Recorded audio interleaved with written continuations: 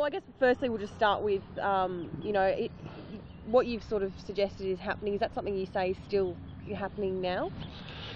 I've got no reason to think that anything has changed. There's, this has been going on not just for years, not just for decades, but probably for centuries. The preparedness of victims to come forward today is making us so much more aware of what's been happening. And with that knowledge, we need to do something with it. Because the Bishop has said, he says the fact that he's had all that negative experience in the past doesn't make it right to say it's going on now. People can get up and say that unchallenged, but my contention is that that's not right. I'm sure the public can look at TV footage and media comments going way back. I remember some things of that nature being said in the mid-90s. Again, when I charged Jim Fletcher, the same thing was being said. It was being said when the last few priests were being charged at Charlestown. If the Bishop is saying that today, it doesn't surprise me. It's a fairly standard script that's been used for nearly 2 decades now. Would you also say that, in some cases it took victims decades to come forward, that there's no reason to suggest the same thing isn't going on now and in another 30 years it's going to happen again? Well, very true. And if I can say that I actually read something by a very prominent cardinal who recently passed away in Italy, Carlos Martini, and he was actually asked about these issues, and he was quite strong in his language that the church needs to change its attitude. It needs to change the way it's managing child sexual abuse within its ranks. And this only happened last month, so I've got the Bishop saying that everything's changed. There's someone fairly prominent in Rome only saying that only a few weeks back, and he actually made the comment along the lines of, we've got very big churches and very big and beautiful places of worship, and they're all empty. So you firmly believe that this cover-up is ongoing now within the church? I've seen nothing to indicate that anything substantive has changed. There's been changes in different people that are running the church. I've certainly not heard or any knowledge about the current bishop, but bearing in mind, we have Patrick Cotter, who is now dead, but there was evidence to suggest he was involved in cover-up. Police were looking at charging him, and of course the DPP elected not to. The next bishop that followed on after him was Bishop Leo Clark. Leo Clark personally lied to me, covering up the actions of a number of pedophiles. And then we had Michael Malone take over from him. And again, I had some very negative experience with Bishop Malone. I hope that things are going to change. I think everybody is sitting out there praying that there's going to be some real and substantive change.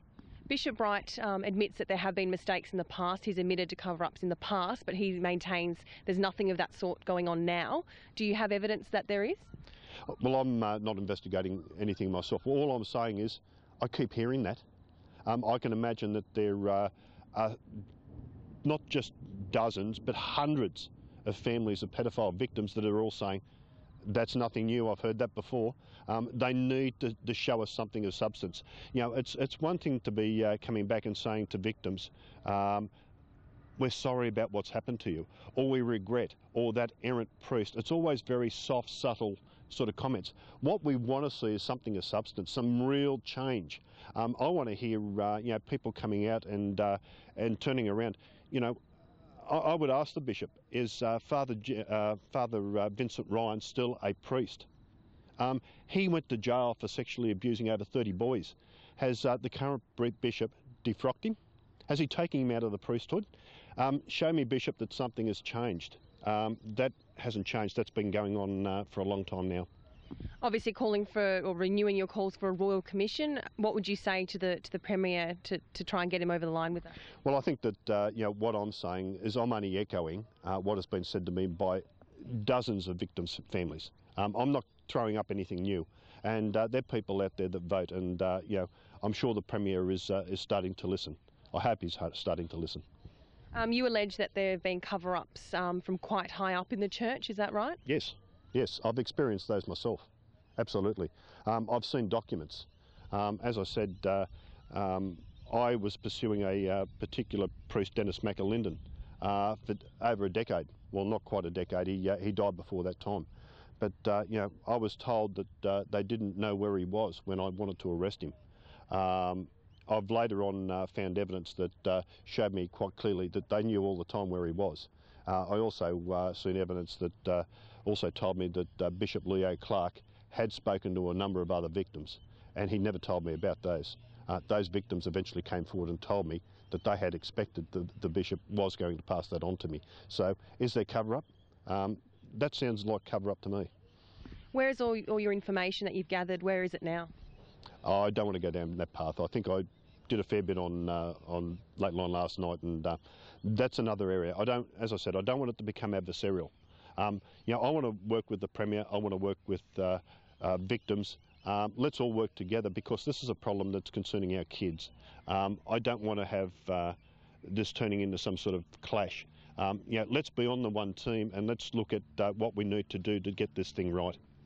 The bishop's main concern was that, as I said, he's admitted to the church's mistakes in the past, but he's consistently saying that there's nothing going on now, that the church deserves credit for cleaning up its act, essentially. I will when I start to see real change, I'll agree with him. But I haven't heard anything but words at the moment. I heard a lot of words from Michael Malone. I heard a lot of words from Leo Clark. That's what we keep looking for, is we keep looking for a little bit more than saying, I'm sorry to victims' families. Let us see things starting to happen that actually outs these priests. I want to be able to sit back and see other priests coming in saying, listen, we've heard about what's going on at this school or in this parish. I want to see a bishop turn around and come into the police with one of these errant priests and say, listen, we've just found out this about him. History has told us that hasn't happened. It's been quite the opposite. So do you think this could resurface in another 20, 30 years? Do you think more victims who could potentially be abused now will come forward? I've got no reason to believe anything has changed in that regard. More and more victims are coming forward all the time, and this is hurting the church enormously. I don't want to argue with the bishop. I would hope that if he's saying things have changed, that he would, like the Anglican bishop I saw only this week, turned around and said, yes, let's have a Royal Commission. I'm in support of it. Why am I hearing from the Catholic bishop that we don't need a Royal Commission, that everything's okay? Ask some of the victims if everything's okay. I just wanted to tell you one thing that he said, actually. The bishop said, if I honestly thought it was a matter of public interest for the protection of children now, I'd back it, the Royal Commission. Well, as I said, I'd like to see things change. It sounds very similar to what I've heard from previous bishops, and in the meantime we've seen a lot of hurt and a lot more victims since they said it. I hope that by the time this bishop's retiring, we're not saying the same thing again to the next bishop. In terms of the church being able to prove that there is no more abuse going on, is a Royal Commission the answer? How else can the church prove its innocence? By its total and full cooperation with the government and with a Royal Commission. We've seen things coming out of Victoria. The police force down there has been magnificent, and I can only praise them and continue to do so. The church has disclosed that they know of so many more victims down there that the police down there haven't been told about. We need to get systems in place, and we need to change laws, not just sort of saying, we'll let you do it however you want to do it. In a democracy like this, we elect a government. And that government we expect to protect our children and to pass laws to do it. We don't just hand it over, we don't turn around to sort of say to Rio Tinto or another corporation or some other government department like the Department of Education and say, oh listen, you make your own rules up as to whether or not you want to report this to the police. The government makes the laws and we enforce it. And we should have laws that encompasses everybody, whether they be a religious organisation or whether they be anyone else. That's why we got two different sets of rules. Until we actually see that and see the churches cooperating and saying, yes, we want to be part of this. Let's all be a part of solving it and finding a solution. Just finally, you talk about cover-ups, evidence being destroyed and priests being moved around. How recently are we talking?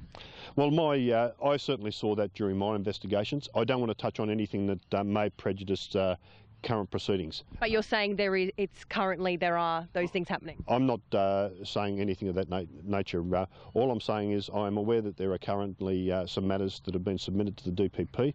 I haven't seen those final briefs. I don't know what's contained within them, but I've certainly encountered a lot of what you're talking about earlier in my career.